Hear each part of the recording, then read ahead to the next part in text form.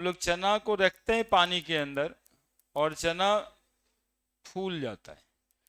ये ऑस्मोसिस ही हुआ है, पानी का मूवमेंट सॉल्वेंट जो रखे हैं उससे चना के अंदर चला गया है। इसको एक और सिंपल तरीके से भी समझते हैं, है ना। कहेंगे सर एक तरफ ना खाली सॉल्वेंट रख दिए, खाली सॉल्वेंट और इसमें कुछ नहीं है, और दूसरे तरफ क्या रख दिए, सॉल्यूशन रख दिए। तो सॉल्वेंट रख दिए इसका मतलब ये है कि इधर जा केवल वाटर ही रख दिए। एक्चुअली में जो प्रैक्टिकली पॉसिबल नहीं हो पाता, डिस्टिल वाटर रहेगा तभी सिर्फ वाटर होगा। ऐसे जो पानी है उसमें तो आयंस होते हैं। तो यदि सिर्फ वाटर रख दिए और इधर में कोई सॉल्यूशन रखा हुआ है तो वाटर का मूवमेंट सॉल्वेंट से सॉल्यूशन में चला जाएगा। इस फिनोमेनन को भी क्या कहते हैं, ऑस्मोसिस ही कहते हैं, है ना। ये सेमी परमिएबल मेम्ब्रेन है, खाली नहीं होगा, कंसंट्रेशन तो रहेगा ही। अभी जितना में इधर क्या कर देता है, बराबर कर देता है, कंसंट्रेशन दोनों तरफ क्या हो जाता है, बराबर। मूवमेंट को ऑस्मोसिस कहते हैं, है ना। सॉल्वेंट मूव कर जाएगा उधर, इस बात को ऑस्मोसिस कहते हैं। उसी बात को, ये जो केवल सॉल्वेंट है इसी को हम लोग हाइपोटोनिक सॉल्यूशन ले लेते हैं, क्योंकि वो प्रैक्टिकली पॉसिबल नहीं है। तो हाइपोटोनिक सॉल्यूशन ले लेते हैं, और इधर में क्या ले लेते हैं, तो movement of water from hypotonic to, जैसे वहां सॉल्वेंट से सॉल्यूशन, यहां हाइपोटोनिक से across the semi permeable membrane. इसके आगे डिफिनेशन लिखे थे, देखिए definition, phenomenon of movement of solvent from high solvent या water concentration to that of low solvent और water concentration solution across the semi permeable membrane until the concentration of both sides are equal, called as osmosis। अब यहां पर देखिए एक बच्चा अभी पूछा है कि उधर खाली हो जाएगा।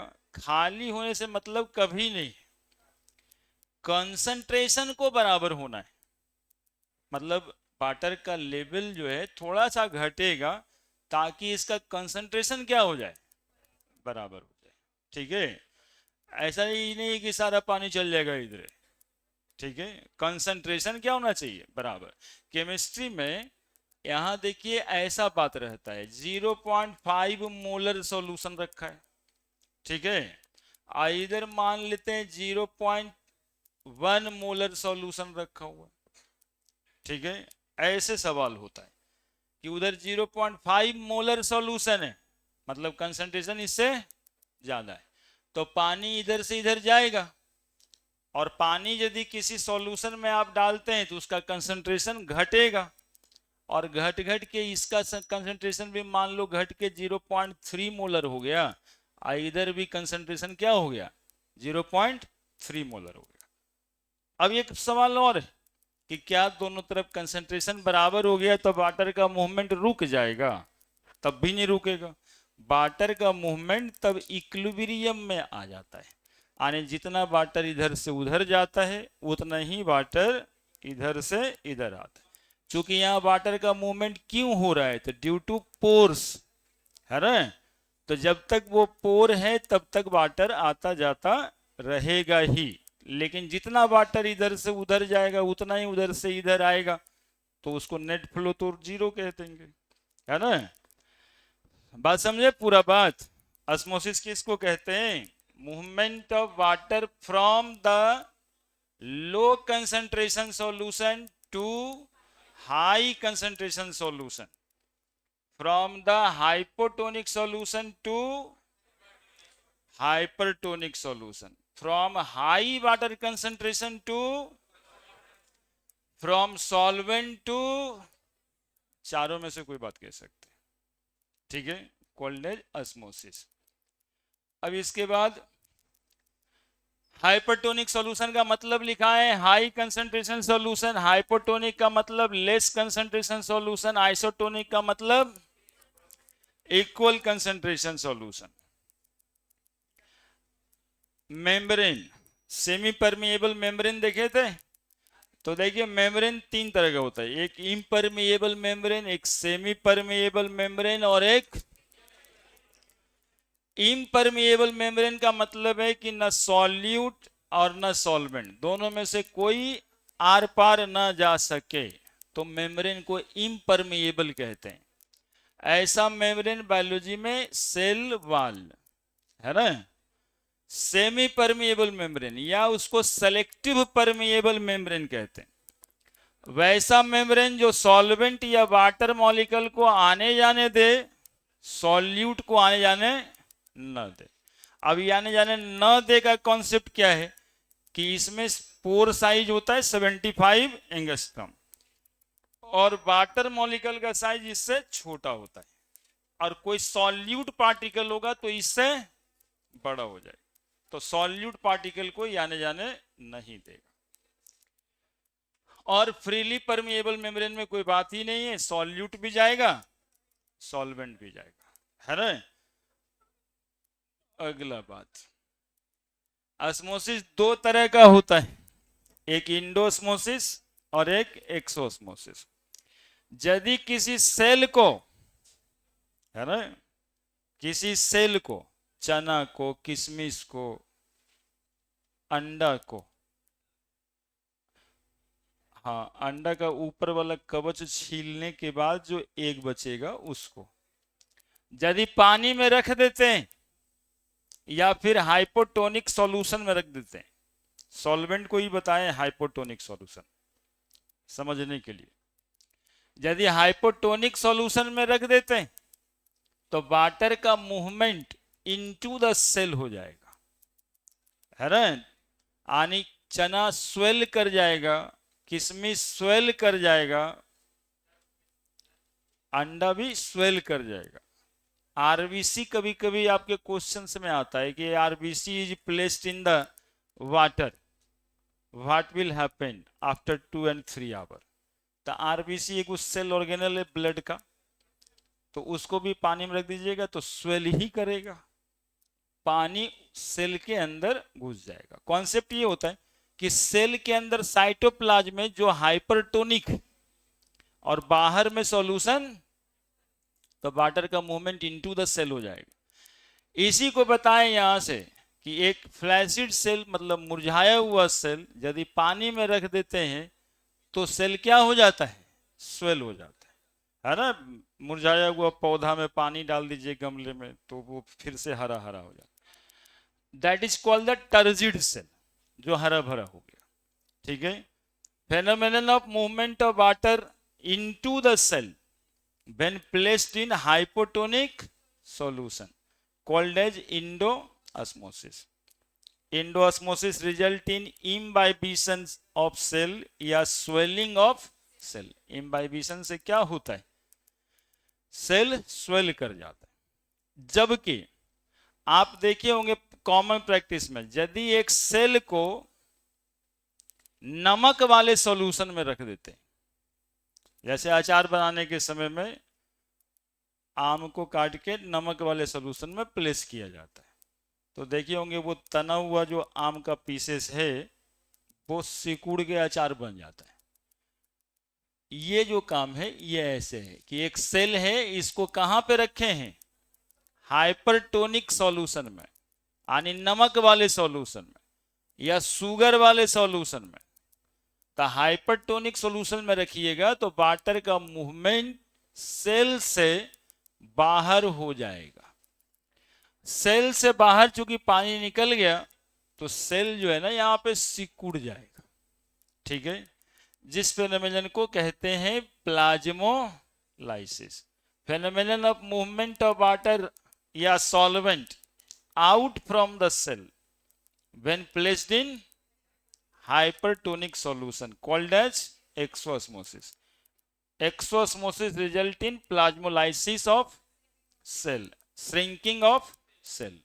एक्चुअली में सेल के ऊपर में ना एक मेम्ब्रेन होता है, सेल मेम्ब्रेन, ठीक है। अंदर से प्रेशर लगेगा सेल मेम्ब्रेन पे तो ये फूलेगा, और बाहर से यदि प्रेशर लग जाए तो क्या हो जाएगा, झिंगुर जाएगा, है ना। तो अंदर से प्रेशर लगेगा कैसे? जब पानी इसके अंदर जाएगा और पानी इस पे क्या लगाएगा? प्रेशर लगाएगा। ठीक है, तो दो तरह का प्रोसेस यहां पे डिस्क्राइब किया गया। Pressure concept of osmosis. ठीक है, एक सेल है और सेल में जो पानी अंदर गया वो यदि प्रेशर लगा देगा सेल मेम्ब्रेन पे, ठीक है, तो उस प्रेशर को हम लोग बोलते हैं टर्गर प्रेशर। ठीक है, और न्यूटन साहब के हिसाब से हर फोर्स के अपोजिट में एक फोर्स और लग जाता है। तो अंदर से यदि टर्गर प्रेशर लग रहा है तो उधर से क्या लग रहा होगा? वाल प्रेशर।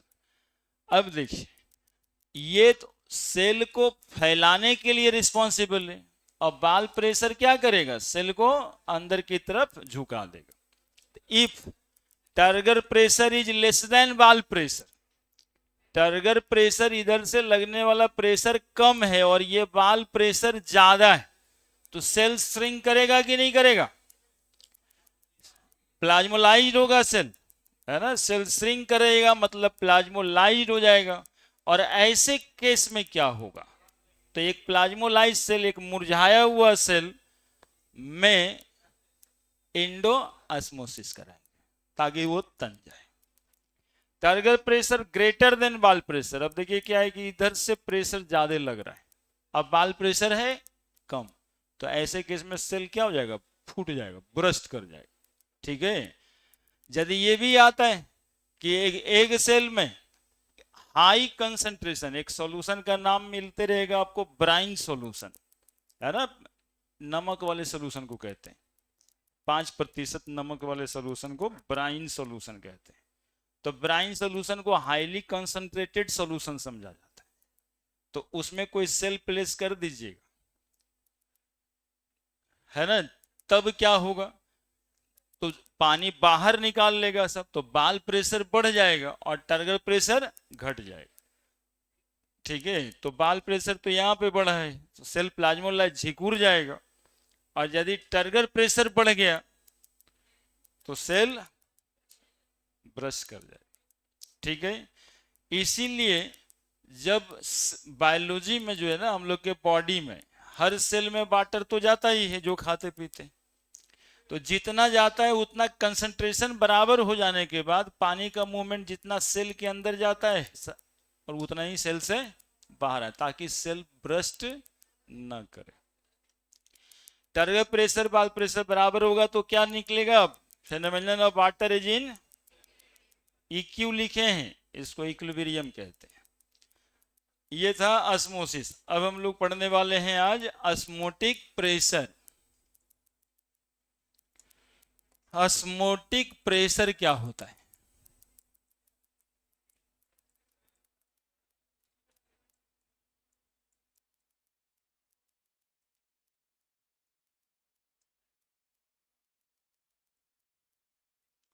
ऑस्मोटिक प्रेशर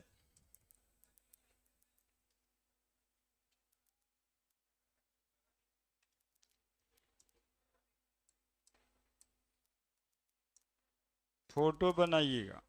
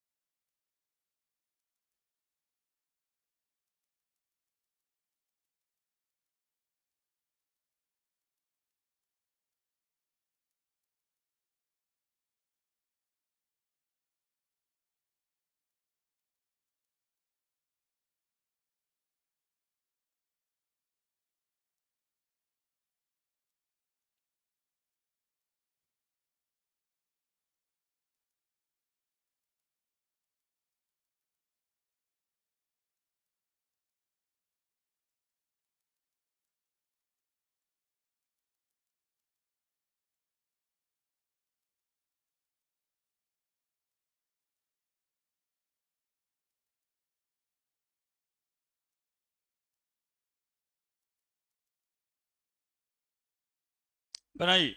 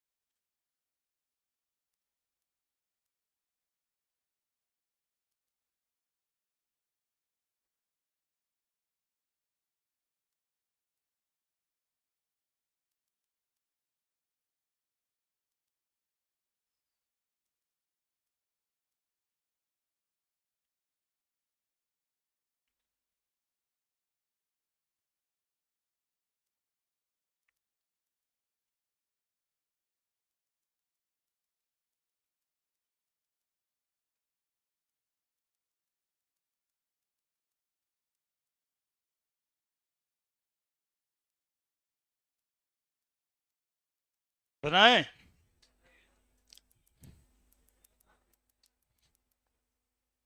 ऑस्मोसिस दिखाने के लिए हमें तीन चीज चाहिए होता है। एक तरफ हाइपोटोनिक सॉल्यूशन, एक तरफ हाइपरटोनिक सॉल्यूशन, बीच में सेमी परमिएबल मेम्ब्रेन। बस इतना ही तो बनाए। समझना है कि ऑस्मोटिक प्रेशर होता क्या है ना। ऑस्मोसिस तो समझ गए कि movement of water from hypotonic solution to hypertonic solution. और ये कब तक होगा? तो जब तक सॉल्यूशन दोनों ही तरफ आइसोटोनिक न हो जाए। यही रखना है दिमाग में।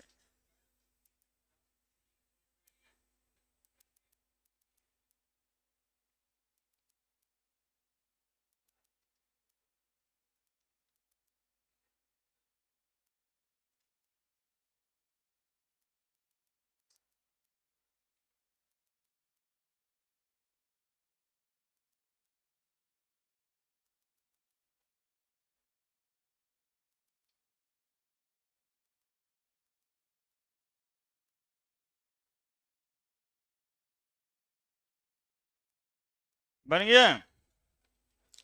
अब देखिए, मूवमेंट ऑफ वाटर को देखिएगा, किधर से किधर होना है। उधर है हाइपोटोनिक सॉल्यूशन, इधर है, तो पानी का मूवमेंट इधर से इधर होगा।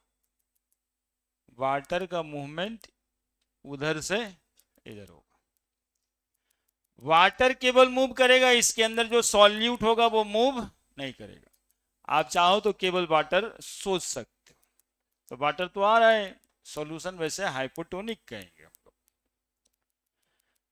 अब वाटर इधर आ रहा है तो इधर का लेवल कुछ तो घट रहा होगा और उधर का लेवल बढ़ रहा होगा।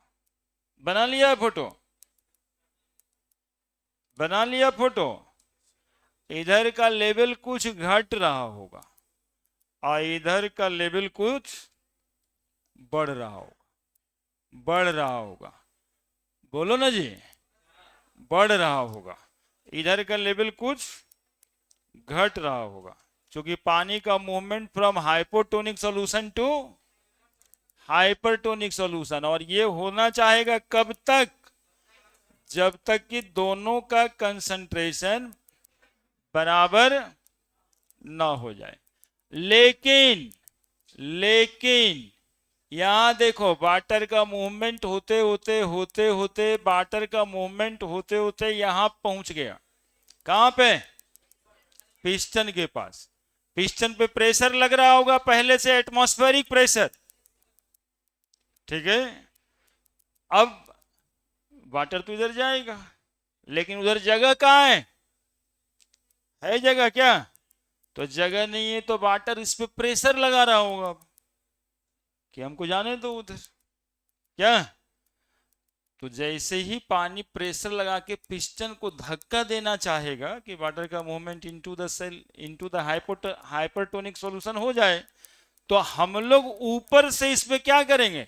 प्रेशर लगा देंगे। यदि हम ऊपर से इसमें प्रेशर लगा के यहीं पे पिस्टन को रोक दिए तो बताइए वाटर का मूवमेंट होगा क्या? वाटर का मूवमेंट हो पाएगा क्या? जिस प्रेशर से आपने वाटर के मूवमेंट को स्टॉप कर दिया, रोक दिया, उसी प्रेशर को कहते हैं ऑस्मोटिक प्रेशर, है ना? उसी प्रेशर को कहते हैं ऑस्मोटिक प्रेशर। बात को समझ रहे थे? फिर से समझिए, वाटर का मूवमेंट हाइपोटोनिक सॉल्यूशन से हाइपरटोनिक सॉल्यूशन की तरफ हो रहा है, और ये वाटर का लेवल इधर बढ़ जा रहा है। अब एक पिस्टन हम लगा दिए, वाटर के मूवमेंट को रोक दिया। बोलेंगे सर फिर भी वाटर तो इधर जाएगा, प्रेशर लगा देगा इस पे, तो इसके बराबर प्रेशर क्या करेंगे, हम लगा देंगे उस पर। और नहीं लगा, नहीं यदि लग रहा है, हाथ से नहीं दब रहा है, तो उसी पे चढ़ के बैठ जाएंगे कि ना पानी तो हम भागने नहीं देंगे। तो जिस प्रेशर से पानी को आप रोकना चाहे ना, उसी प्रेशर को कह दे रहे हैं। कौन सा प्रेशर? यानी pressure, minimum extra pressure which required to stop the phenomenon of osmosis called as minimum extra pressure which required to stop the phenomenon of osmosis called as osmotic pressure।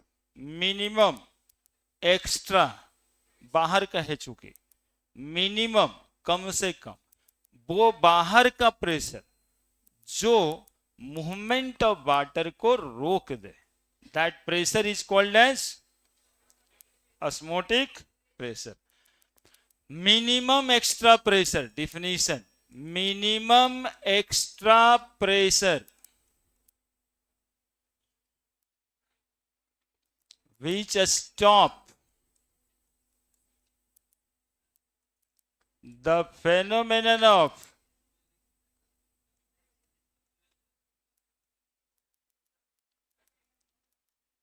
osmosis called as osmotic pressure। minimum extra pressure which stop the phenomenon of osmosis called as osmotic pressure। कैसे लगा, समझ आया? महसूस कर रहा है इस pressure को? वाटर का मूवमेंट इधर से इधर हो रहा है, यहां पे पिस्टन लगा दिए, और जब पिस्टन लगा दिए तो वाटर यहां के बाद तो जा नहीं पाएगा, लेकिन अभी कंसंट्रेशन बराबर हुआ नहीं, तो वाटर का मूवमेंट तो होता रहेगा, है ना? अब इस वाटर के मूवमेंट को रोकने के लिए हम लोग पिस्टन पर क्या लगा देंगे, pressure. That pressure is called as osmotic pressure. लिखिए, minimum extra pressure which required to stop the phenomenon of osmosis called as osmotic pressure।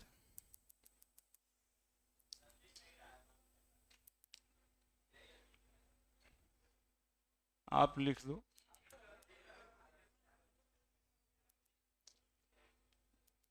आप लिखो।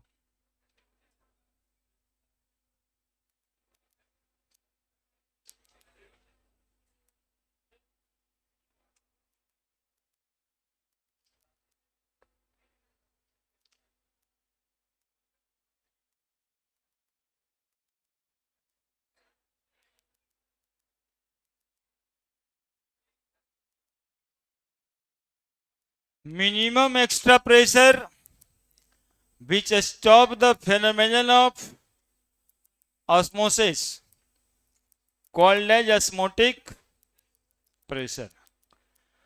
अब देखिए, ऑस्मोसिस तो बंद हो गया, ऑस्मोसिस तो बंद हो गया नहीं, लेकिन पोर्स तो है।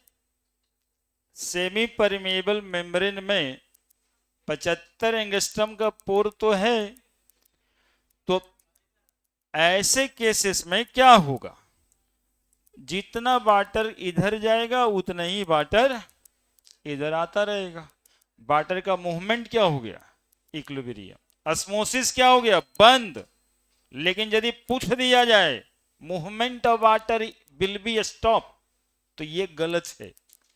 पानी का मूवमेंट स्टॉप नहीं होगा। पानी का मूवमेंट जितना हाइपोटोनिक से हाइपरटोनिक में होगा उतना ही हाइपरटोनिक से हाइपोटोनिक, क्योंकि यहाँ तो ये पानी बंद कर दिए यहाँ पे, ठीक है, लेकिन इसमें पोर्स है, इसमें छेद है, तो पानी इधर जितना जाएगा उधर इतना आते रहेगा, ऑस्मोसिस नहीं होगा, है ना। Osmosis net movement of water होगा तब होगा, है ना। तो पूछा जाता है कि एट द ऑस्मोटिक प्रेशर, लिखिएगा, at the osmotic pressure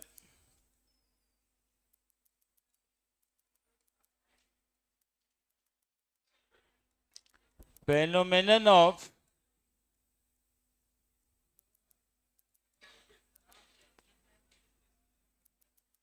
movement of water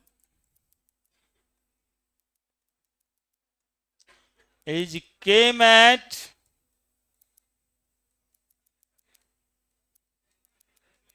equilibrium. However,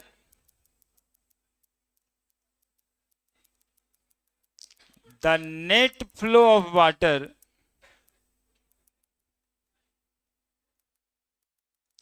get stopped. At the osmotic pressure, phenomenon of movement of water is came at equilibrium. Equilibrium का मतलब होता है rate of flow of water, जितना hypotonic से hypertonic में जाएगा उतना ही hypertonic से हाइपोटोनिक में जाएगा। At the osmotic pressure phenomenon of movement of water is came at equilibrium, however the net flow of water get stop. तो net flow of water stop हो गया, यानी ऑस्मोसिस स्टॉप हो गया।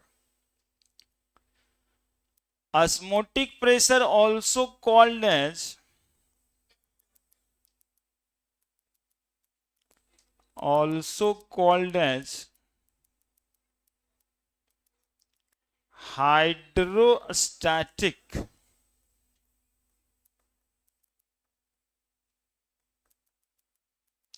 hydrostatic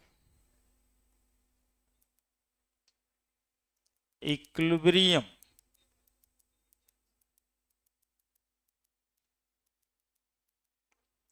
hydrostatic equilibrium pressure, osmotic pressure को हम लोग कहते हैं और भी कहते हैं हाइड्रोस्टैटिक। रे हट, भाई सब पानी का बोतल, पानी पीने आए हैं यहाँ पे, चल निकल, यही करने आए हो, 10 मिनट अभी हुआ नहीं है, पानी चाहिए तुमको, यागिरी का हद किए हुए। रखिए इसको, पानी का बोतल ले जाता है वहां मना कीजिए, चाहे वहीं से सब हटाइए, वो पानी पीना है इसको। गधा आता है पढ़ने, पानी तुरंत चाहिए इसको, पानी चाहिए यहाँ पे।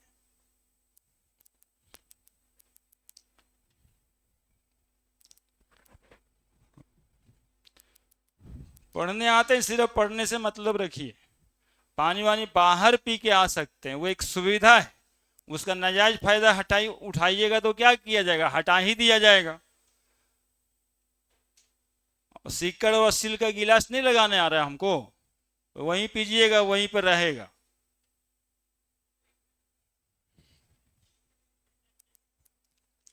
उसके बाद दिस दैट करिएगा, सर क्लास में ऐसे हो जाता है वैसे हो जाता है, जहां पे सुविधा दीजिए वहीं पे लफड़ा चालू है, और चार गो मुन्नी राम चुन्नी राम बन जाता है, उससे ही आफत है।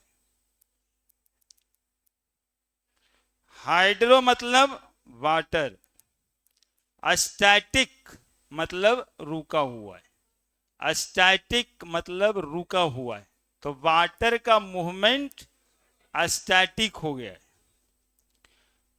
वाटर स्टैटिक रुका हुआ।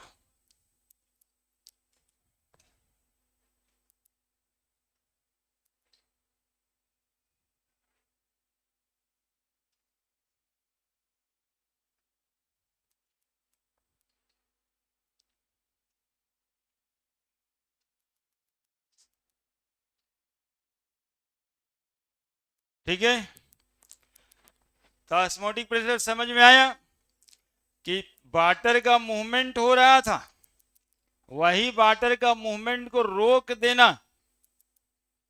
जितना प्रेशर लग जाए उसी प्रेशर को क्या कहते हैं, ऑस्मोटिक प्रेशर कहते हैं। और ऑस्मोटिक प्रेशर का दूसरा नाम इक्विलिब्रियम प्रेशर। ये सब क्वेश्चंस पूछा हुआ है, ये सब क्वेश्चन बैंक के रिसर्च के बाद का नाम है, हाइड्रोस्टैटिक भी और देन आफ्टर इक्विलिब्रियम भी। तो ये एग्जांपल स्टैटिक इक्विलिब्रियम का है। इक्विलिब्रियम दो तरह का होता है, एक स्टैटिक इक्विलिब्रियम, एक डायनामिक इक्विलिब्रियम। जहां पे रेट ही रुक ही जाए प्रोसेस, उसको स्टैटिक इक्विलिब्रियम कहते हैं, और जहां पे प्रोसेस चलता रहता है उसको डायनामिक इक्विलिब्रियम कहते हैं। अब देखने वाली बात है, लिख लिए, अब देखने वाली बात है कि ऑस्मोटिक प्रेशर किस बात पे डिपेंड करेगा, यानी हमें कितना प्रेशर लगाना पड़ेगा। पीछे जाएंगे, हमें कितना प्रेशर लगाना पड़ेगा। अब ये किस बात पे डिपेंड करेगा कि हमें कितना प्रेशर लगाना पड़ेगा ताकि वाटर का मूवमेंट क्या हो जाए, रुक जाए। प्रेशर इसीलिए के लिए लगाना है। अब बताइए, यदि इसको प्यास बहुत ज्यादा लगा हुआ है, प्यास बोल रहे हैं मतलब कि पानी सक कर रहा है ना, ये वाला सॉल्यूशन क्या कर रहा है, वाटर सक कर रहा है, चूस रहा है, हाँ वाटर ही चूस रहा है, इसको सक कर रहा है बोल रहे हैं। अब सुनिएगा, इसी प्रेशर को बोलते हैं सक्शन प्रेशर, जिसको हिंदी में कहते हैं चूसक दाब। हाँ, ये प्रेशर लगा है, सक्शन प्रेशर कहते हैं इसको। अब जितना ज्यादा ये सक्शन प्रेशर लगा रहा होगा, यानी पानी को जितना ज्यादा जोर से चूस रहा होगा, उतना ही ज्यादा हमको ऊपर से दबाव लगाना पड़ेगा कि पानी इधर आने नहीं देंगे। सक्शन प्रेशर याद रखिएगा, एक नया प्रेशर यहां पर फिर डेवलप हुआ, suction pressure. Osmotic pressure, suction pressure, suction pressure पे डिपेंड करता है। ऑस्मोटिक प्रेशर सक्शन प्रेशर पे डिपेंड करता है। सक्शन प्रेशर कौन लगाता है, यानी जितना ज्यादा ये सक्शन प्रेशर लगाएगा उतना ज्यादा हमें ऑस्मोटिक प्रेशर लगाना पड़ेगा। ठीक है, और सक्शन प्रेशर ज्यादा कैसे लगेगा, जितना ज्यादा ये कंसंट्रेटेड होगा, जितना ज्यादा ये कंसंट्रेटेड होगा उतना ज्यादा पानी को अपने तरफ खींच रहा होगा। यानी कि osmotic pressure depends on suction pressure and suction pressure alternatively depends upon concentration of hypertonic solution. यानी ultimately osmotic pressure depends on concentration of this solution, इसीलिए pi directly proportional to C कहते हैं। लिखेंगे आगे, pi directly proportional to C, C concentration को कहते हैं, लिखेंगे सक्शन प्रेशर भी लिखेंगे, कंसंट्रेशन भी लिखेंगे। दूसरा दूसरा किस बात पे डिपेंड करता है, तो सुनिएगा, टेम्परेचर सब जगह आ जाता है।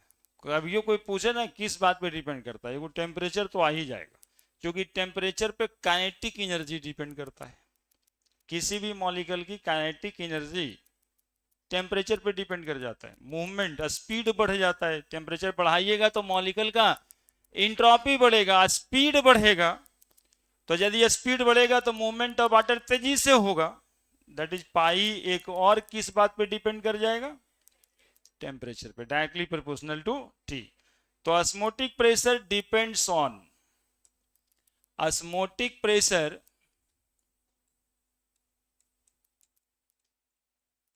depends on osmotic pressure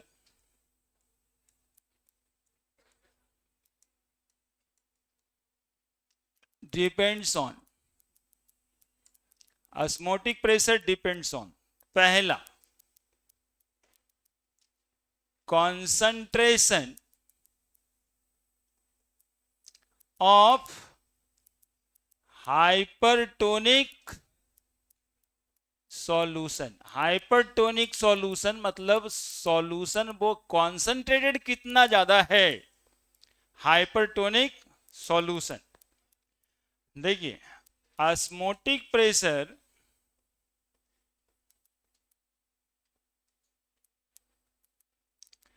depends on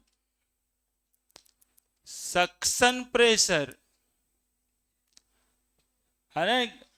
boring होता है जहां पे भी, तो वहां पे देखना सक्शन पाइप मंगाया जाता है। हालांकि गांव में जाते जाते इसका नाम सेक्शन पाइप हो जाता है, लेकिन वो सेक्शन पाइप नहीं है, वो सक्शन पाइप है। वो पाइप है जो पानी को धरती के अंदर से चूस के ऊपर लाता है, तो वो प्रेशर लगाता है, that is suction pressure.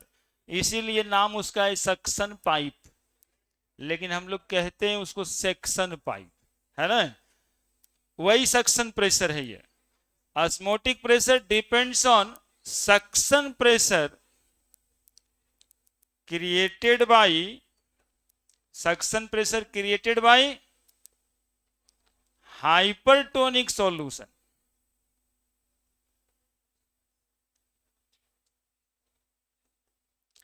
Higher the suction pressure,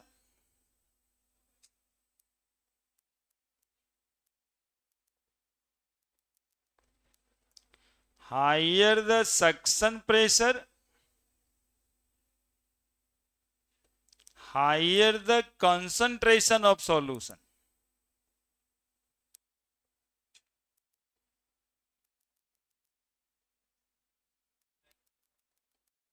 That is higher the osmotic pressure.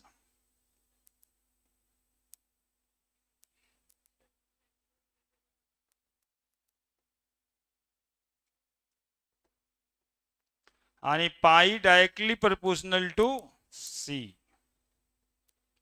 Pi directly proportional to C. अब ये बात लिखाएगा कि how osmotic pressure depends on concentration. ये सब 2 नंबर 1 नंबर का बोर्ड क्वेश्चन होगा, है ना। बोर्ड में पूछता है कि how osmotic pressure depends on concentration. आप सीधा जानते हो कि पाई डायरेक्टली प्रोपोर्शनल टू सी होता है, लेकिन वो पूछ रहा है कैसे, तो कैसे में आपको इस सक्शन प्रेशर का नाम लेना पड़ेगा, है ना। कि osmotic pressure depends on suction pressure created by hypertonic solution. Higher the suction pressure higher the concentration. और अच्छा होता लिखता है higher the concentration higher the suction pressure, है ना, आगे पीछे। Higher the concentration higher the suction pressure, ठीक है, of solution, that is higher the osmotic pressure. जितना ज्यादा से पानी को वो चूसेगा, उतना ही ज्यादा ऊपर से हमको रोकना पड़ेगा, ठीक है। That is why they depends upon directly proportional to concentration. और दूसरा टेम्परेचर है। 4 तरह का प्रेशर डिस्कस हो गया ऑस्मोटिक प्रेशर डिस्कस करते करते। एक टर्गर प्रेशर, एक वाल प्रेशर, एक सक्शन प्रेशर, और तब जाके ऑस्मोटिक प्रेशर, है ना। ये ऑस्मोसिस में 4 तरह का प्रेशर का रोल हो जाता है।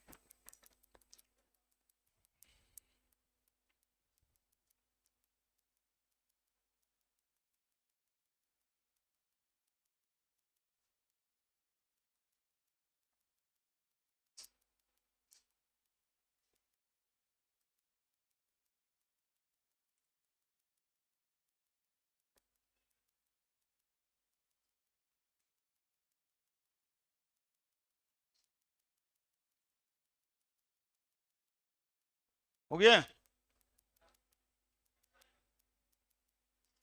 लिख दिया। दूसरा बड़े, दूसरा temperature. Higher the temperature, higher the temperature, higher the kinetic energy,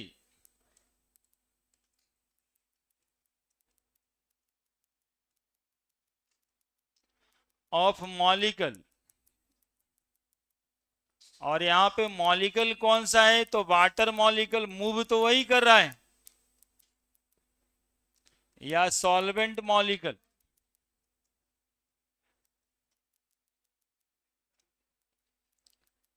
that is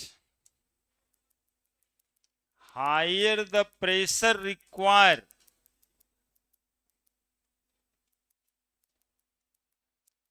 to stop the net movement of water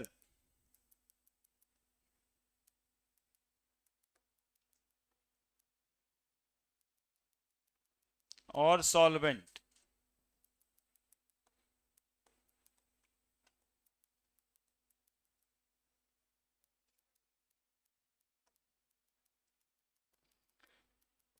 Higher the temperature, higher the kinetic energy of molecule, water molecule or solvent molecule.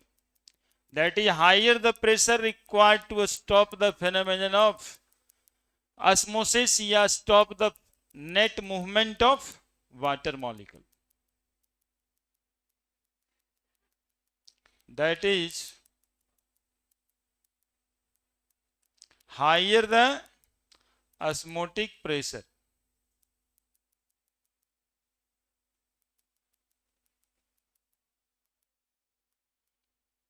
तो pi directly proportional to T है ना।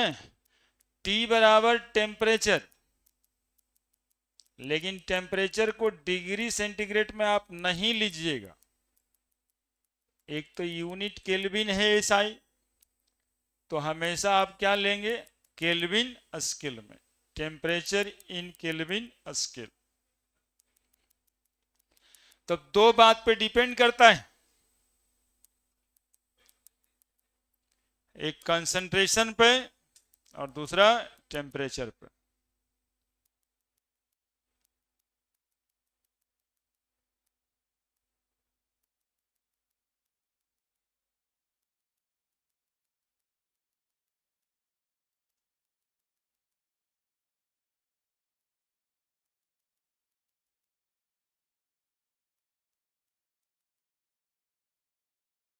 मैं कुछ कर रहा हूं।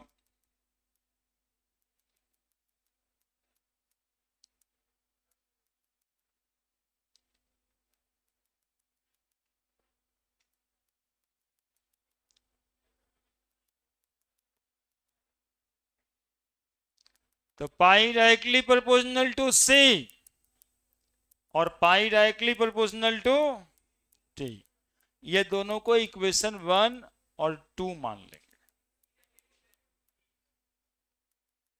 पाई directly proportional to सी और पाई directly proportional to T,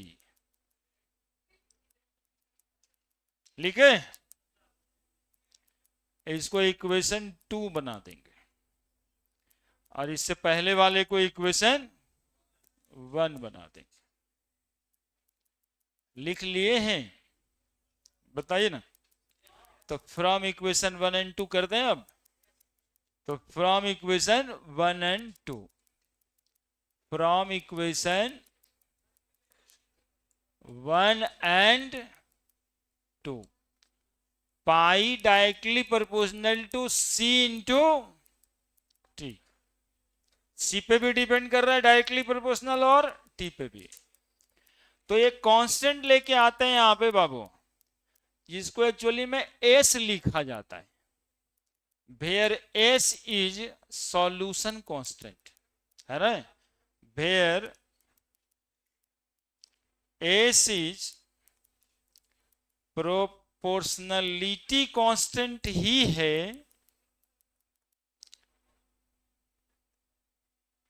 and known as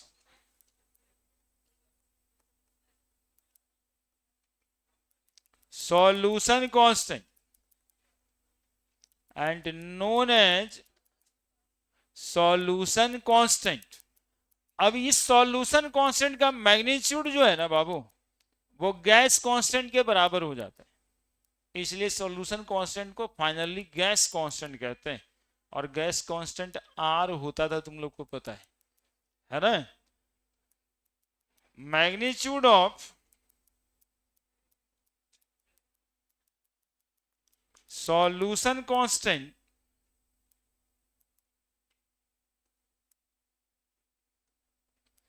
is equal to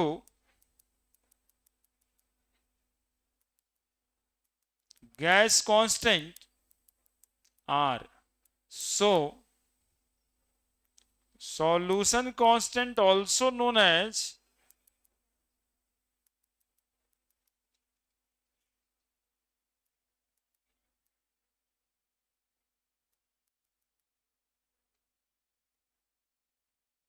gas constant pi is equal to CRT, है ना। चूंकि अब S जो है गैस कांस्टेंट के बराबर हो गया, दैट इज S बराबर R।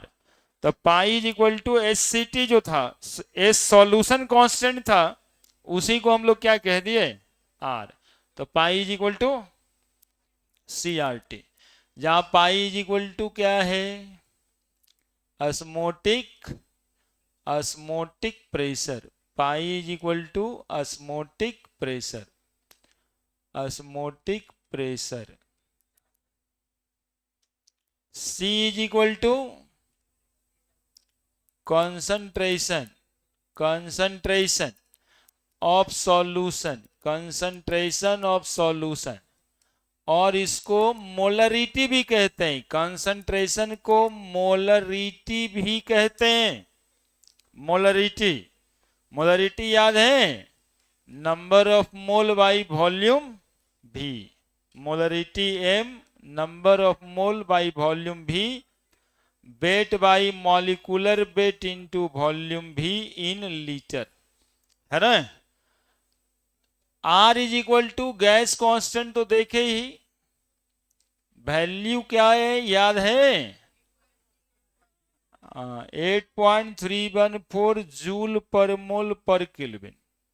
लेकिन ये वैल्यू लगेगा नहीं यहाँ पे, ज्यादातर केस में वैल्यू लगेगा 0.0821 ATM लीटर पर मोल पर केल्विन, या 0.083 बार लीटर पर मोल पर केल्विन।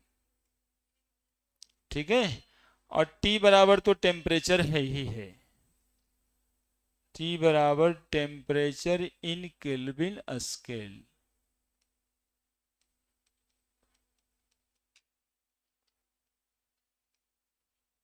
मोलरिटी बराबर ये याद रखिएगा, और वॉल्यूम भी को लीटर में लिखेंगे तो ऊपर 1000 से गुना करेंगे। अरे बाबू, आर्यन नाम है ना तेरा, तू क्या समझता है, कजर कजर कजर कजर काहे बोलते रहता है।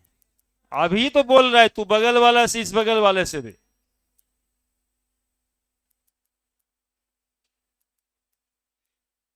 शांति से चुपचाप देख लीजिएगा, यदि तेज हैं तो पढ़ लीजिएगा, फॉर्मूला याद हो जाएगा, दो क्वेश्चन बनाइएगा। काम तो यही करने आते हैं यहाँ पे। सब चुप है तो अकेले बोले जा रहा है।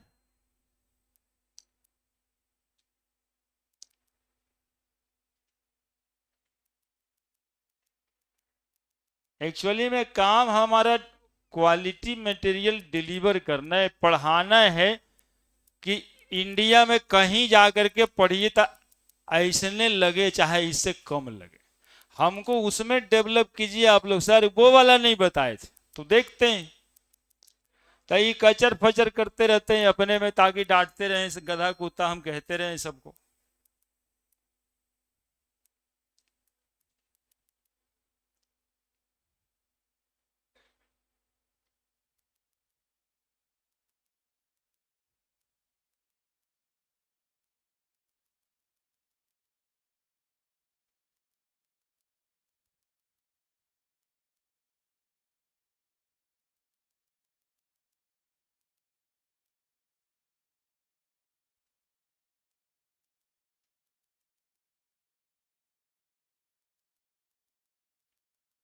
पाई में आर में ज्यादातर वैल्यू ये वाला लगेगा, ये वाला लगेगा, टिक लगा के रख लो, क्योंकि प्रेशर एटीएम में या बार में ही ज्यादातर मिलेगा आपको।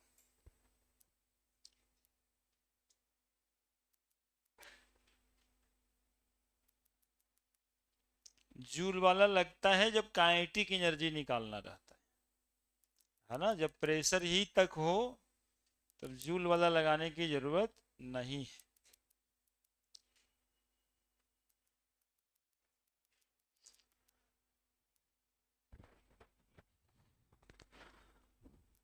पाई is equal to C R T, और ये कहीं से थोपा हुआ फॉर्मूला नहीं है, देखिए आपके सामने हम लाए भी हैं कि कैसे पाई सी पे डायरेक्टली प्रोपोर्शनल है और कैसे टी पे डायरेक्टली प्रोपोर्शनल है। सी पे डायरेक्टली प्रोपोर्शनल करने के लिए हमको हाइपरटोनिक सॉल्यूशन का सक्शन प्रेशर देखना पड़ा कि जितना ज्यादा कॉन्सेंट्रेशन होगा उतना ज्यादा सक्शन प्रेशर लगेगा, और जितना ज्यादा सक्शन प्रेशर लगेगा उतना ही ज्यादा ऑस्मोटिक प्रेशर लगाना होगा।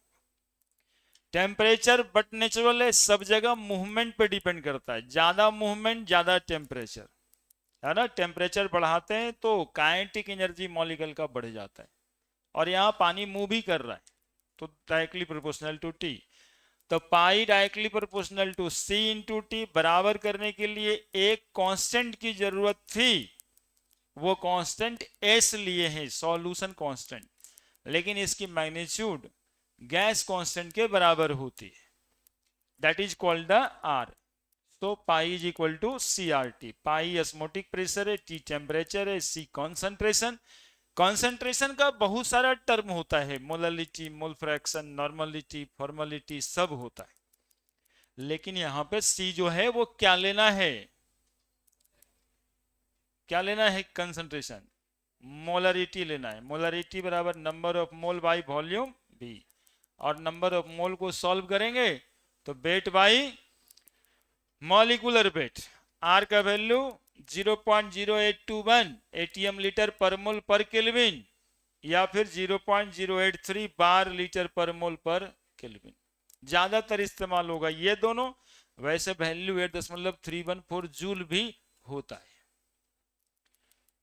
बड़े अब देखिएगा थोड़ा सा, पाई इज इक्वल टू, जब सी आर टी हम लोग लिखेंगे तो सी बराबर एन बाई भी, अभी फॉर्मूला लिखे थे तो क्या लिख दें, पाई बराबर एन बाई भी आर टी।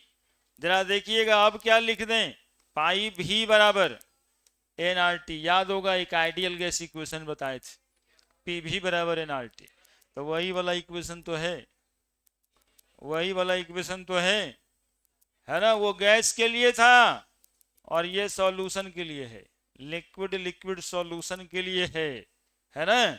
पाई भी is equal to N R T, pi is equal to C R T. यहां सब फॉर्मूला में अंडरलाइन कर सकते हैं हम लोग। यहां पे अब लिख दें भी क्या है, volume, N number of mole, यही ना नया पढ़ा। और नंबर ऑफ मोल को यदि सॉल्व करेंगे तो weight by molecular weight, since N बराबर वेट बाई मॉलिक्यूलर वेट। अब लिख दें पाई भी is equal to W by M R T. W हो जाएगा बाबू, डब्ल्यू हो जाएगा बाबू वेट ऑफ सॉल्यूट, और एम हो जाएगा molecular weight of solute, molecular weight of solute, यानी पाई भी बराबर W R T by M. ठीक है।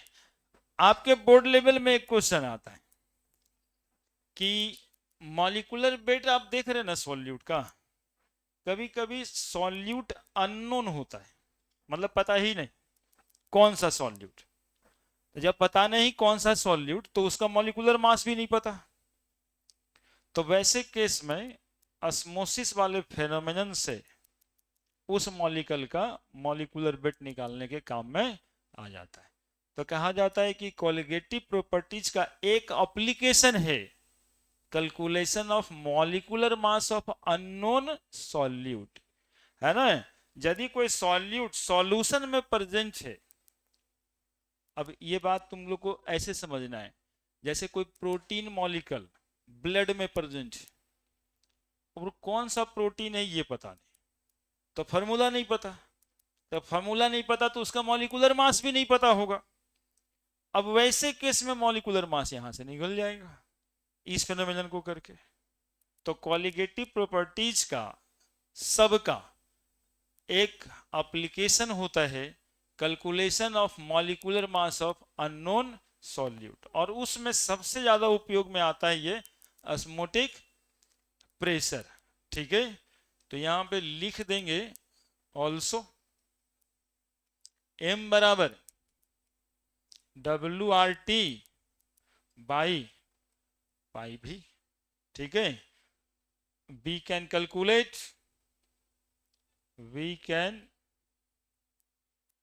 calculate molecular mass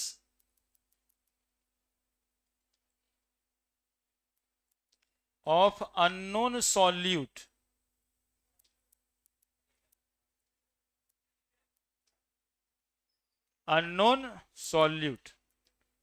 if present in solution, if present in solution from the help of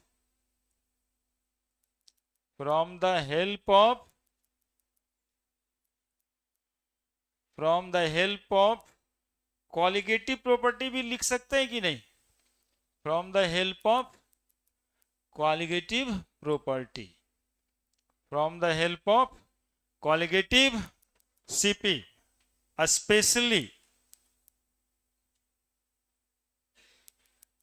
osmotic pressure, है ना। और भी अब देखो यहां पर बात खत्म किए, CBSE बोर्ड का सवाल रहा है कि for the calculation of molecular mass of unknown solute why osmotic pressure is more essential. अल्लाह, अभी तो पढ़े ही मोर एसेंशियल है, ज्यादा अच्छा है कि ऑस्मोटिक प्रेशर से हम लोग मॉलिक्यूलर मास निकालते हैं। अब ये क्यों, बाकी कोलिगेटिव प्रॉपर्टी से क्यों नहीं निकालते, उसमें भी तो मॉलिक्यूलर मास आता है, नहीं मोलालिटी था सब में, देखे थे ना, डेल्टा टीबी बराबर के बी गुना मोलालिटी, मोलालिटी में मॉलिक्यूलर मास तो आ ही जाएगा, के गुना मोलालिटी डेल्टा टी एफ बराबर। लेकिन वो कोलिगेटिव प्रॉपर्टीज में बॉयल करना था, बॉयल करने से living molecule like protein enzyme denatured हो जाता है, फ्रीज करने से live molecule like protein enzyme क्या हो जाता है, डीनेचर, अपना नेचर खो देता है। लेकिन ऑस्मोटिक प्रेशर से जब कैलकुलेट करेंगे तो कोई हीट करने की जरूरत है इसमें क्या, कोई टेम्परेचर बढ़ाने की जरूरत है क्या, लेकिन यदि एलिवेशन इन बॉइलिंग पॉइंट से कैलकुलेट करते तो टेम्परेचर बढ़ाना के 100 डिग्री करना पड़ता, इतना टेम्परेचर पे मॉलिक्यूल अपना नेचर खो देगा। वो आगे लिखेंगे तभी होगा, नहीं तो वो सवाल तो स्पेशली नहीं बनेगा जैसे स्पेशली ऑस्मोटिक प्रेशर से निकालेंगे।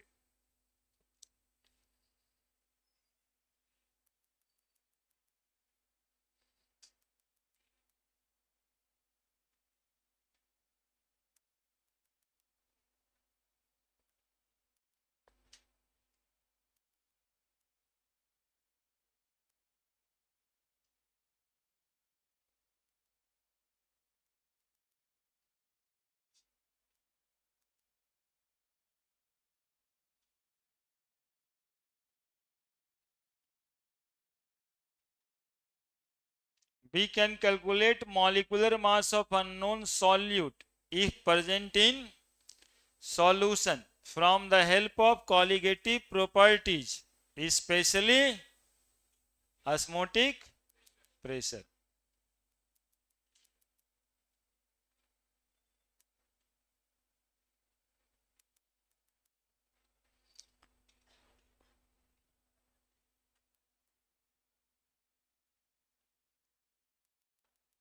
घेर दीजिएगा इसको।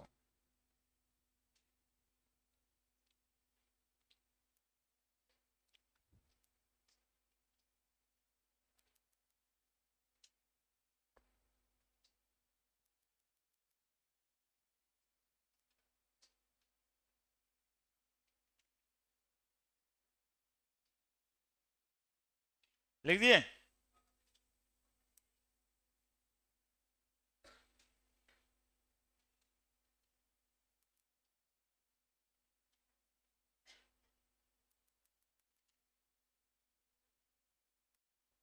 लिख दिए?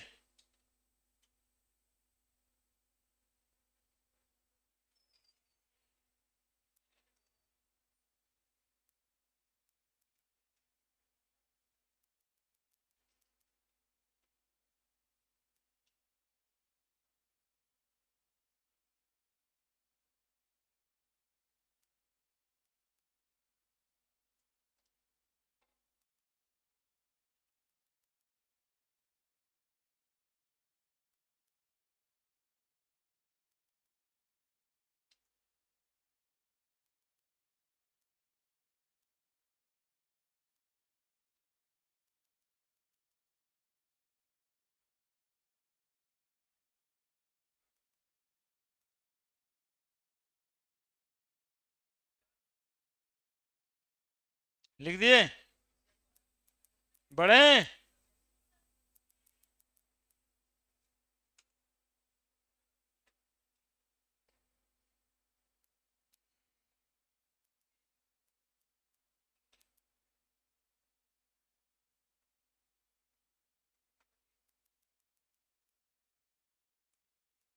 बड़े? अब देखिए यहां पे क्वेश्चन करके लिखते हैं ऐसे, for the calculation of molecular mass of unknown solute,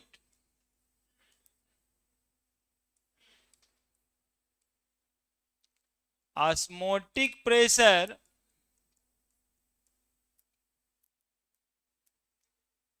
is most preferred, most preferred, why या जस्टिफाई, जो सीबीएसई बोर्ड वाले होंगे वो टिक लगा लीजिएगा इस क्वेश्चन को, है ना। बिहार बोर्ड में आता है कि for the calculation of molecular मास कौन सा कॉलिगेटिव प्रॉपर्टी का इस्तेमाल करते हैं, तो वहां पे आंसर ऑस्मोटिक प्रेशर ही है। लेकिन उसके आगे का भी एक सवाल कि for the calculation of molecular mass of unknown solute osmotic pressure is most preferred, क्यों, जस्टिफाई कर, है ना। Most prefer among the other qualitative property, यही जोड़ दीजिए और जोड़ दीजिए, यहां भी यहां तक भी आ सकता है और भी आ सकता है, among all other qualitative properties, all other qualitative properties. ये थोड़ा सवाल जो है आपको चैप्टर में ला देता है, जस्टिफाई, है ना। तो कहते हैं कि बाकी के कॉलिगेटिव प्रॉपर्टीज में हमें टेम्परेचर बढ़ाना होगा। पहले भी लोअरिंग इन वेपर प्रेशर पढ़े थे आप, तो वेपर प्रेशर के लिए भी सॉल्यूशन को बॉयल करना होगा, और जैसे ही सॉल्यूशन बॉयल होगा लिविंग मॉलिक्यूल डीनेचर्ड हो जाएगा। तो मॉलिक्यूलर मास तो आप निकाल पाएंगे, लेकिन मॉलिक्यूल अपना नेचर खो देगा। एलिवेशन इन बॉइलिंग पॉइंट में भी वही होगा, और डिप्रेशन इन फ्रीजिंग पॉइंट में भी ठंडा करना है, जमा ही देना है मॉलिक्यूल को, तब भी मॉलिक्यूल डी नेचर्ड हो जाएगा। इसीलिए ऑस्मोटिक प्रेशर में चूंकि टेम्परेचर ना बढ़ाना होता है ना घटाना होता है, जिस सॉल्यूशन जिस टेम्परेचर पे वो सॉल्यूशन प्रेजेंट है उसी पर ऑस्मोटिक प्रेशर निकाला जाता है। इसलिए ऑस्मोटिक प्रेशर को ज्यादा प्रीफर करते हैं। आंसर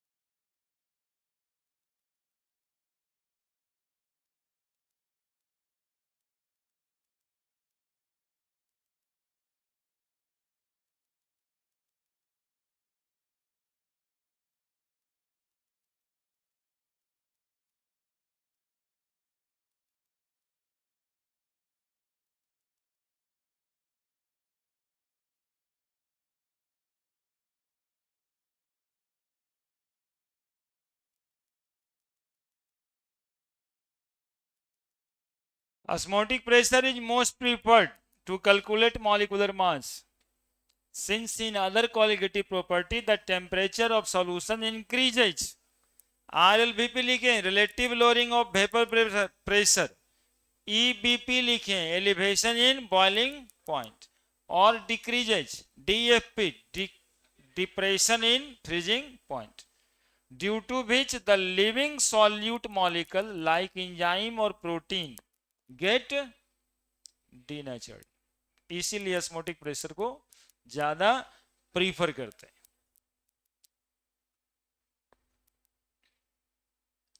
हाँ, ये सब बहुत सवाल है बोर्ड का जिसको ढूंढने में परेशानी हो जाता है आपको.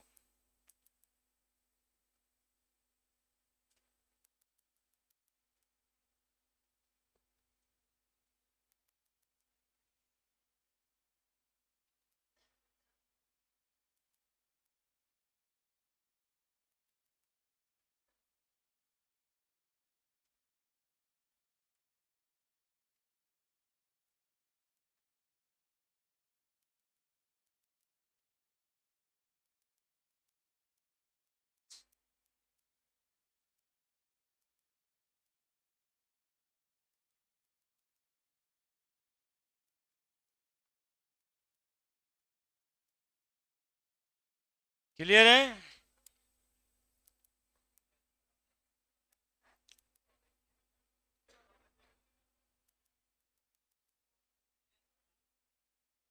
क्लियर है? अब पाई और सी के बीच का ग्राफ पूछे तो रुकना चाहिए ना.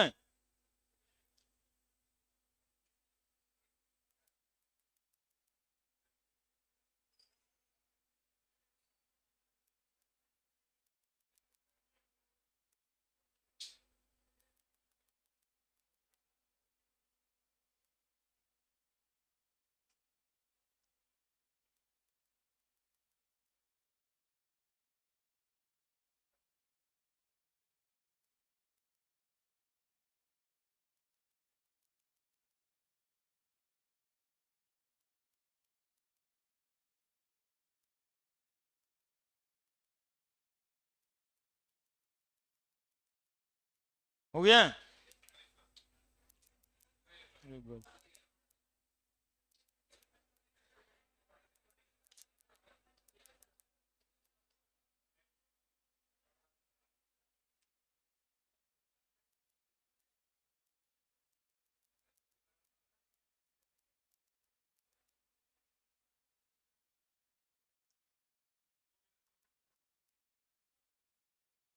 अब देखिए, आप यदि पाई और सी के बीच ग्राफ खींचना होगा, पाई एक तरफ कंसंट्रेशन, ग्राफ खींचेंगे ऐसे क्या? जैसे जैसे कंसंट्रेशन को बढ़ा रहे हैं ऑस्मोटिक प्रेशर बढ़ रहा है क्या? अब देखो, यदि ये वाला लाइन ऐसे, तो ये ऐसे आता है. मान लो कि ये O है और ये पोजीशन A है और ये पोजीशन B है. ठीक है? तो स्लोप ऑफ द ग्राफ जैसे मान लें कि OA बाई OB, तो बताओ OA क्या है? दैट इज पाई है. और OB क्या है? C है. तो पाई बाई C बराबर क्या लिख देंगे? कोई गड़बड़ है क्या? पाई बाई C बराबर, तो कहता है कि यदि पाई और सी के बीच का ग्राफ का वैल्यू जो है ना, स्लोप बना ग्राफ में, और स्लोप का वैल्यू इतना है, यही तो टेन थीटा भी है ना जी, जो पाई बाई सी, ओए बाई ओ बी. सवाल टेक्निकल देखिए ऐसे आता है. टेन थीटा बराबर भी तो लिख सकते थे आप, नहीं लिख सकते थे क्या? टेन थीटा तो स्लोप ऑफ द ग्राफ होता है. तो स्लोप इसका कितना के बराबर है, या फिर कितना के बराबर है? R into T. अब ये छोटे छोटे टेक्निकल बात जो है ना, ये पूछा जाता है ना, इस सब पर ध्यान दीजिए। सिमिलरली पाई और टी के बीच ग्राफ खींच दें तो ये भी तो डायरेक्टली प्रोपोर्शनल है क्या। अब यहां से यदि ऐसा और ऐसा कोई पॉइंट कर दें, ओ ए बी, तो बताइए इस ग्राफ में ओ ए बाई ओ बी क्या है, क्या है बताइए, पाई बाई टी बराबर क्या हो जाएगा, C into R, C R. यानी यहां पे इस ग्राफ में टेन थीटा बराबर O A by O B, that is slope of the graph, that is equal to pi by T, और that is equal to C by C into R, है ना, लिख दीजिएगा।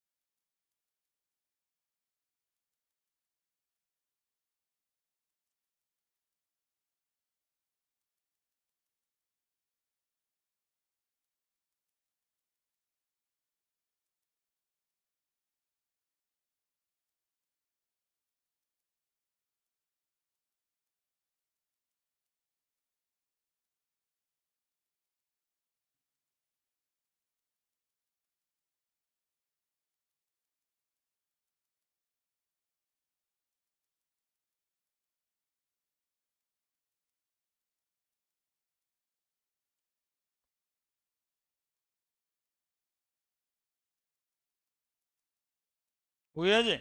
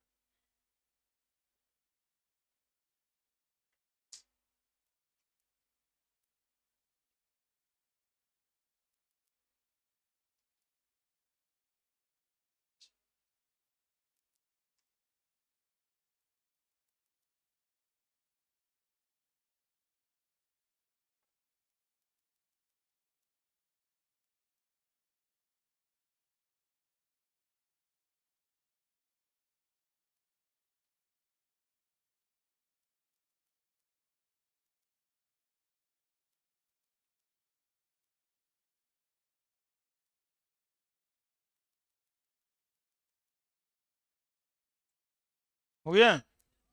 अब देखो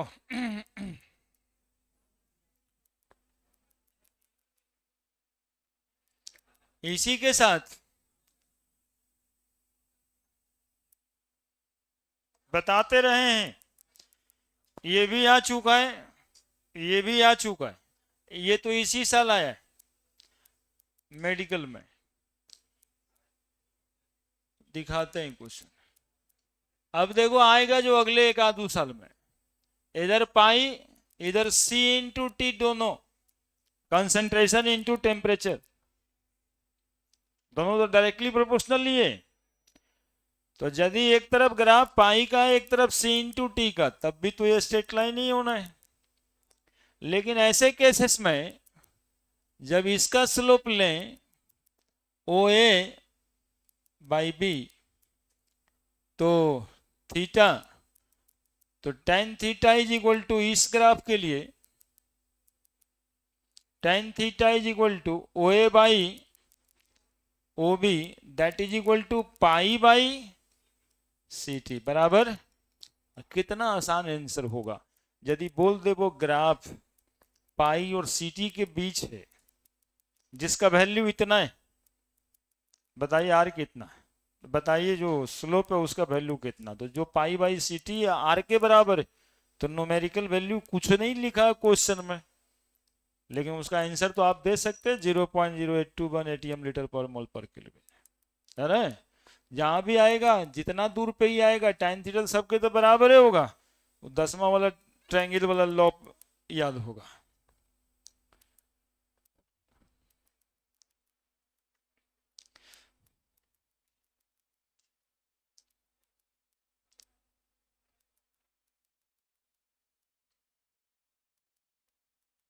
इसमें कौन टेंशन है, इसमें भी टेंशन होता है क्या?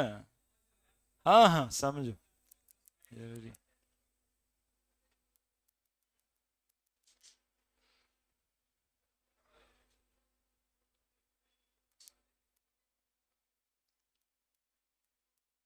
दो बात पढ़ाना है अभी, और जल्दी से लिखिए।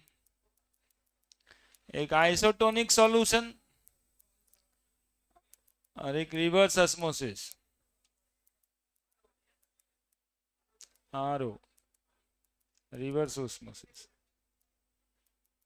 तो आर ओ कल ही बताएंगे, आइसोटोनिक सॉल्यूशन बताना है।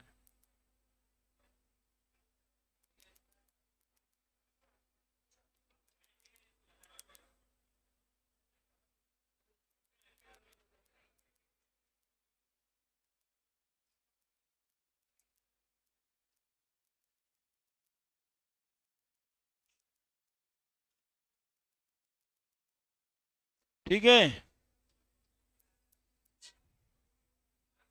ऐसा कुछ होता है क्या?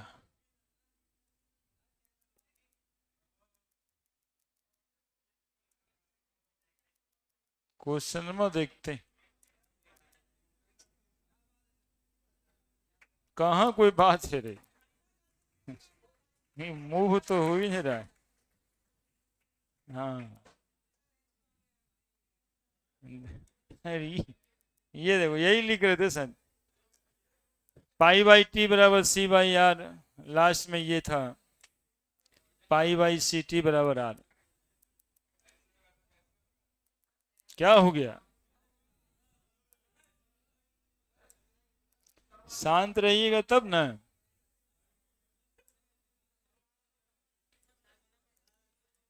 लिखिए ना जी, लिखिए, ठीक तो है वो, क्या दिक्कत? क्या नहीं समझ में आ रहा है? पाई बाई सी टी बराबर आर, हाँ वो कर लेंगे।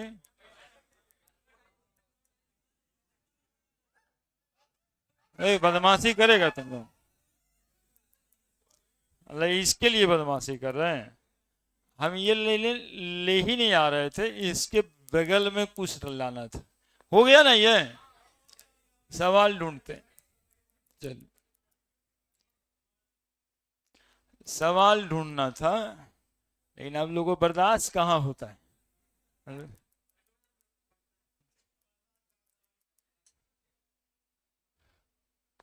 सवाल ढूंढ रहे थे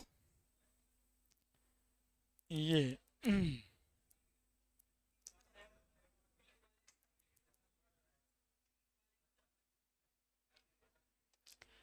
हाँ ये तो बताए भी हैं। सॉल्यूशन का एक क्वेश्चन ये देखे ही थे आप लोग।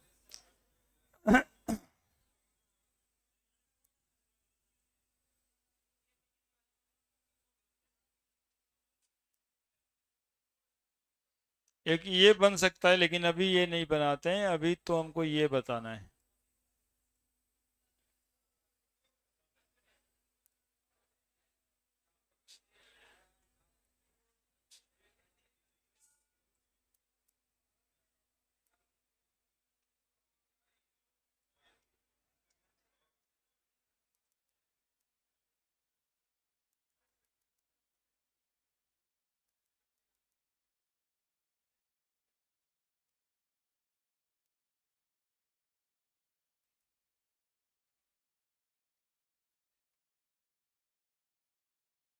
ये वाला क्वेश्चन आप लोग इक्विलिब्रियम में बना चुके हैं, क्यूसी और केसी का। ऐसा वाला जो ग्राफ था क्यूसी केसी, तो लेफ्ट से राइट जाएगा, राइट से लेफ्ट जाएगा, वही वाला सवाल है केमिकल इक्विलिब्रियम में। हम्म, ये खोजने में यही सब जो बात होता है।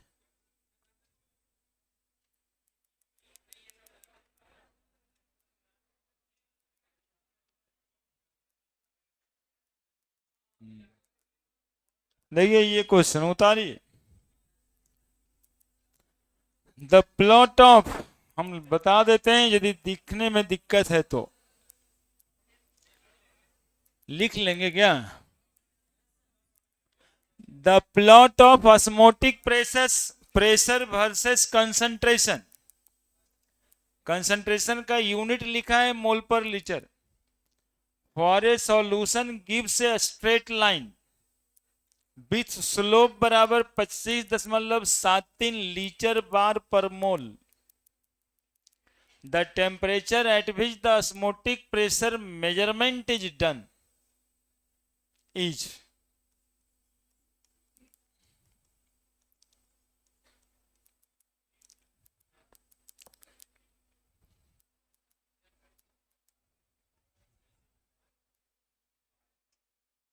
फिर लगेगा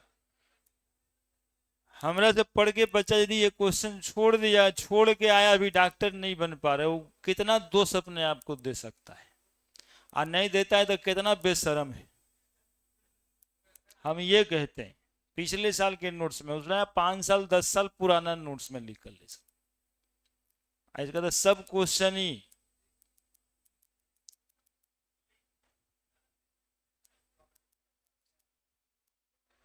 तो कहने का मतलब है कि उस ढंग से तैयारी किया जाए, उसको अनइफेक्टिव बनाते हैं, ज्यादा नहीं, 2 4 5 लोग हैं, वो हमारे मेहनत को क्या करते हैं, बाकी के बच्चों में अनइफेक्टिव बना देते हैं। बाकी बच्चा तो सब ऐसे ही रहता है,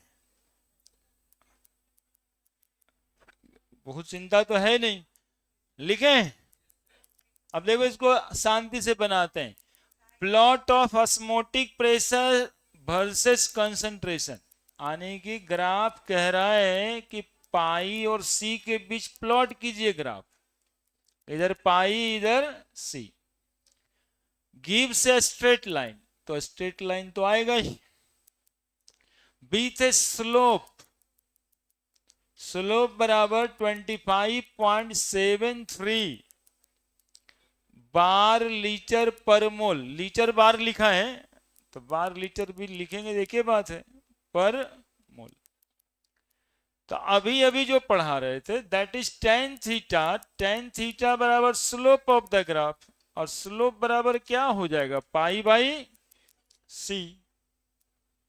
तो स्लोप का वैल्यू दिया है, आने क्वेश्चन में तुमको क्या दे दिया, पूरे का पूरा पाई बाई सी लिख दिया एक की बार, that is 25.73 bar litre per मोल।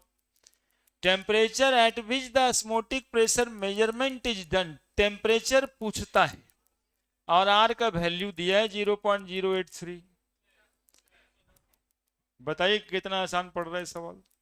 एक वो डिवीजन जो आप करके निकालते वो खुद किया है, और आपको सवाल भारी लग रहा है कि कौन स्लोप उलोप था, तो क्या सोचते हैं, क्या पूछे, व्हाट इज ऑस्मोटिक प्रेशर है।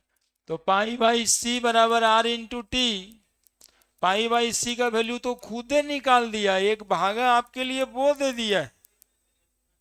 आर का वैल्यू 0.083, टेम्परेचर टी नहीं पता, टेम्परेचर टी बराबर 25.73 बाई 0.083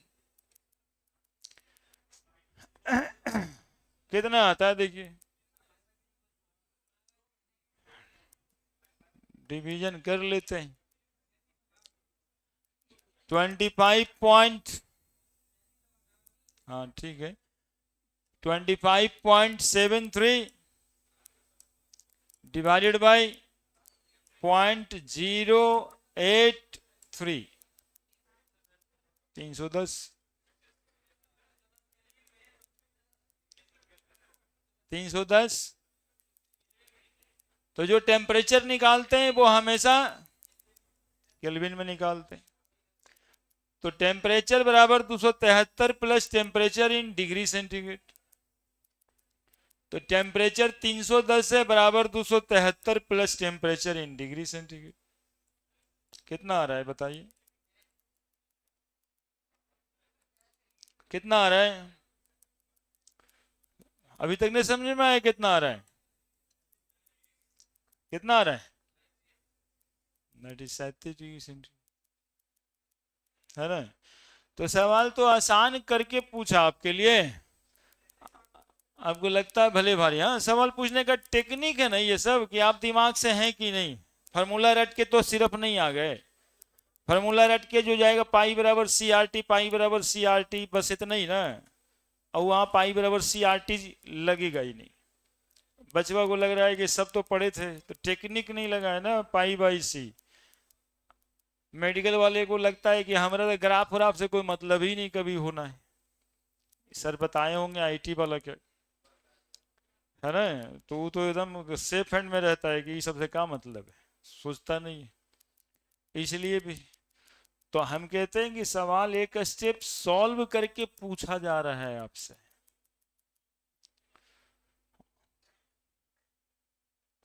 अब देखो, अभी पाई बाई सी देख रहे हो, या इंजीनियरिंग में भी देख चुके हो पहले से। अभी पाई बाई टी देखना बाकी है, और pi by C into T भी देखना बाकी है। तुमको वो भी पूछेगा एक दिन, आज से 10 साल आगे जाकर के। एक तरफ पाई देगा, एक तरफ सी टी देगा। आज इसका आंसर कुछ रहबे नहीं करेगा, आंसर लिख के पूछेगा। ऑप्शन ये 0.083 की ऑप्शन बी है ना। तो चूंकि पाई बाई सी टी खुदे दे दिया तो आर ना होगा आंसर क्या, तो पाई बाई टी देगा तो सी होगा। एक क्वेश्चन और लिख लीजिएगा, एनसीईआरटी का होगा, बना लीजिए।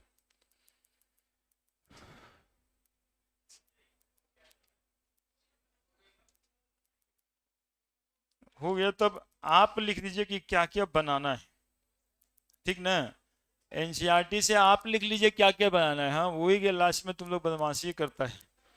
इन टेक्स्ट, इन टेक्स्ट में आप लोग अब बना लीजिए 2.10, 2.11, 2.12। अगले दिन एनसीईआरटी का किताब भी खोलेंगे बोर्ड पे, ठीक है, क्वेश्चन भी बताएंगे, और एक्सरसाइज 2.22, 2.22 शायद नहीं बने आपसे, है ना। और साथ में आज डीपीपी दिए होंगे, वो लेते जरूर आइएगा, ठीक है। वो तो हम इसमें करके बनवाएंगे 2 4 5, ठीक है। उसको बनाइए, ऑस्मोटिक प्रेशर तक है उसमें, 3 कोलिगेटिव प्रॉपर्टी है उसमें, ठीक है। फिर